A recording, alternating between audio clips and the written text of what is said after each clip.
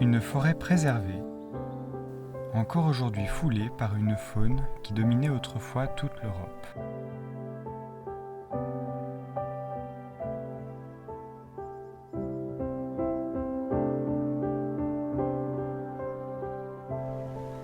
La forêt de Białowieża se situe en Pologne, à la frontière avec la Biélorussie. Elle se situe en partie dans un parc national. Contrairement à toutes les autres forêts d'Europe, la forêt de Białowieża est dite primaire, c'est-à-dire qu'à aucune période connue de l'histoire de l'humanité, elle n'a été exploitée par l'homme. Aucun arbre n'y a été coupé pour en faire du bois, aucun bâtiment n'a été construit et l'accès des touristes est encore assez limité. Białowieża est la dernière trace d'une forêt qui parcourait toute l'Europe centrale jusqu'au Moyen Âge avant d'être coupée par l'homme. Ce statut de forêt primaire fait de la forêt de Białowieża un espace naturel exceptionnel en Europe, où l'on peut se donner une idée de ce à quoi ressemblait la région il y a bien des siècles. Certains arbres de Białowieża sont extrêmement vieux et ont un très gros tronc. On trouve par exemple des chênes atteignant près de 6,50 m de circonférence. Białowieża est le lieu idéal pour étudier les interactions entre les différentes espèces qui vivent dans ces profondes forêts, peu impactées par l'homme. À Białowieża, comme ailleurs, les nombreux membres de la faune et de la flore nécessitent un apport d'énergie pour vivre et se reproduire. Les plantes puisent leur nourriture dans le sol via leurs racines, mais aussi avec leurs feuilles qui captent la lumière du soleil. Les animaux, quant à eux, se nourrissent de plantes ou d'autres animaux. Les végétaux sont ensuite consommés, morts ou vivants, par des animaux, qui sont eux aussi mangés par d'autres animaux, et ainsi de suite. C'est pourquoi on utilise souvent l'expression de la chaîne alimentaire, avec les végétaux à une extrémité et les grands prédateurs carnivores à une autre. Prenons un exemple. Le gland, fruit du chêne, est consommé par un charançon, qui est mangé par un geai, qui est lui-même mangé par un renard. C'est une chaîne alimentaire. Cependant, cette vision des choses est souvent incomplète. On oublie souvent que le gland est mangé par le charançon, mais aussi par le geai et le renard.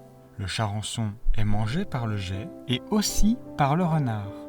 De plus, de nombreux autres animaux consomment un ou plusieurs des membres de cette chaîne. Tout cela pour dire que ce schéma du qui mange qui ressemble beaucoup moins à une chaîne qu'à ce que l'on appelle un réseau trophique. Au lieu d'une ligne droite, les différentes espèces se retrouvent liées les unes aux autres de manière complexe. Il faut aussi ne pas oublier que les êtres vivants, une fois morts, sont consommés par une toute autre sorte d'êtres vivants. Les plantes, une fois mortes, se décomposent à l'aide d'animaux phytophages et xylophages. Quant à eux, les animaux se décomposent à l'aide d'animaux nécrophages.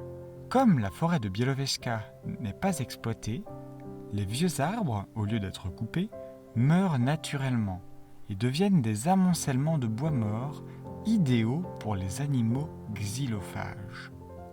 Au sein de la forêt, de nombreux animaux qui sont aujourd'hui rares dans le reste de l'Europe vivent encore en communautés importantes, comme le loup, le lynx, l'élan ou encore le bison d'Europe.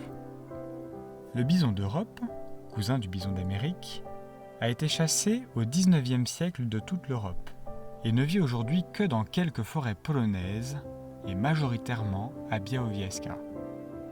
C'est la première fierté du parc et est herbivore. Il remplit un rôle important au sein du réseau trophique de la forêt de Białowieża. Grâce à la très faible influence de l'homme, de nombreux animaux et plantes sont présents. Les réseaux trophiques qui en résultent sont donc particulièrement complexes et comprennent de nombreuses ramifications. Certains animaux, comme le bison ou l'élan, sont chassés par les loups. Le cerf est chassé par le lynx. La prédation des grands herbivores par les grands carnivores est un élément capital de la mise en place des réseaux trophiques partout dans le monde. Cependant, la plupart des écosystèmes européens ont été modifiés par l'homme. Les grands prédateurs, qui étaient une menace pour le bétail, ont été exterminés, tandis que les grands herbivores ont été chassés pour leur chair.